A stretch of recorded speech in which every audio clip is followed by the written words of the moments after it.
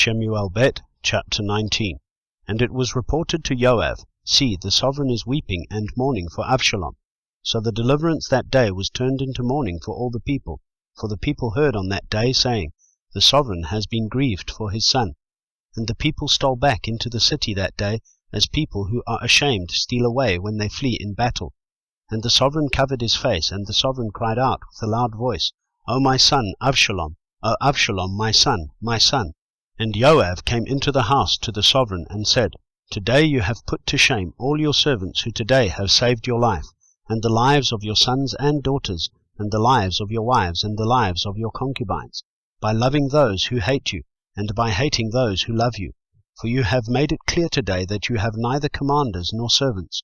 For today I know that if Absalom had lived, and all of us had died today, then it would be right in your eyes.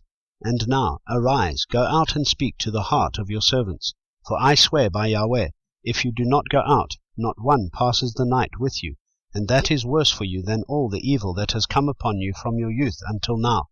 So the sovereign rose up and sat in the gate, and they told all the people, saying, Look, the sovereign is sitting in the gate. And all the people came before the sovereign. As for Israel, they had fled each one to his tent. And it came to be, that all the people were contending throughout all the tribes of Israel, saying, The sovereign delivered us from the hand of the enemies, he rescued us from the hand of the Philistines, and now he has fled from the land because of Absalom, and Absalom, whom we anointed over us, has died in battle. And now, why are you silent about bringing back the sovereign? And sovereign David sent to Tzadok and Abiathar the priests, saying, Speak to the elders of Yehudah, saying, Why are you the last to bring the sovereign back to his house, since the words of all Israel have come to the sovereign, to his house? You are my brothers, you are my bone and my flesh. Why then are you the last to bring back the sovereign? And say to Amasa, Are you not my bone and my flesh? Elohim do so to me, and more also, if you are not commander of the army before me all the days in place of Joab.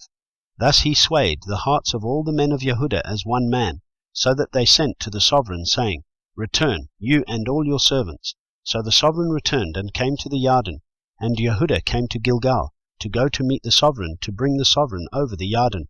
And Shimei, son of Gera, a Binyamite, who was from Bahurim, hastened and came down with the men of Yehudah to meet sovereign David, and with him were 1,000 men of Binyamin, and Tiva, the servant of the house of Shaul, and his 15 sons, and his 20 servants with him.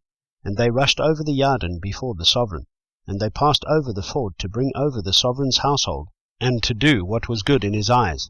And Shimei, son of Gera, fell down before the sovereign when he had passed over the Yarden, and said to the sovereign, Do not let my master reckon crookedness to me, neither remember what wrong your servant did on the day that my master the sovereign left Jerusalem, that the sovereign should take it to heart. For I your servant know that I have sinned, and see, I have come today, first of all the house of Yosef, to go down to meet my master the sovereign. But Avishai, son of Zeruiah, answered and said, Should Shimei not be put to death for this, because he cursed the anointed of Yahweh?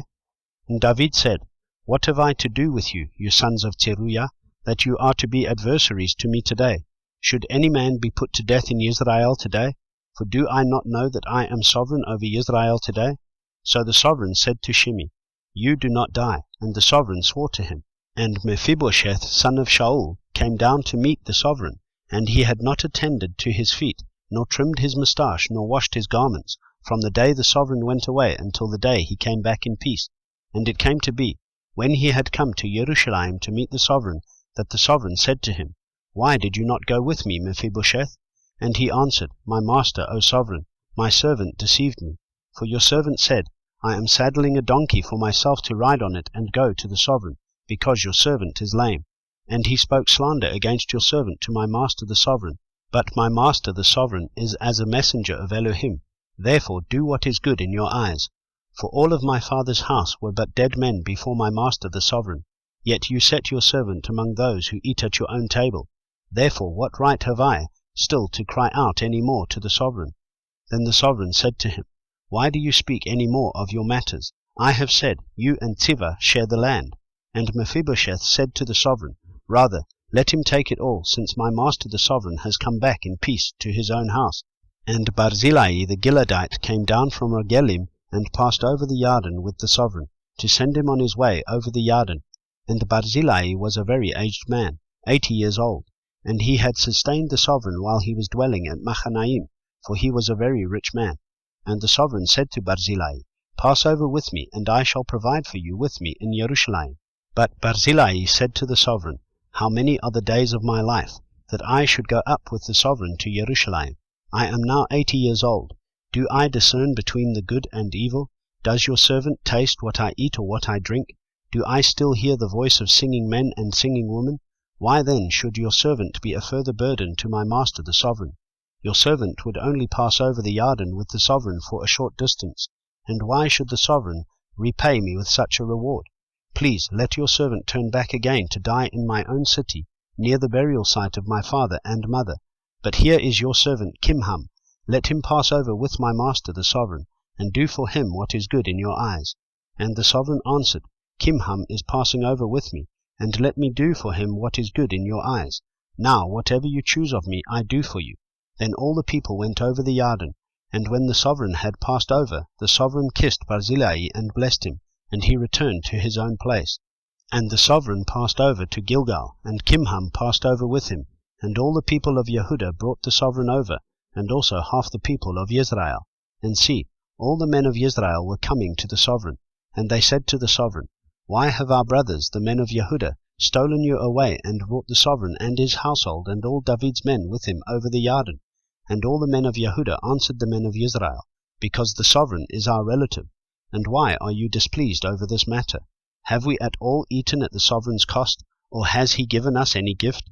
And the men of Israel answered the men of Yehudah and said, We have 10 parts in the sovereign, and in David too. We have more than you. Why then did you despise us? Was it not our advice first to bring back our sovereign? But the words of the men of Yehudah were harsher than the words of the men of Israel.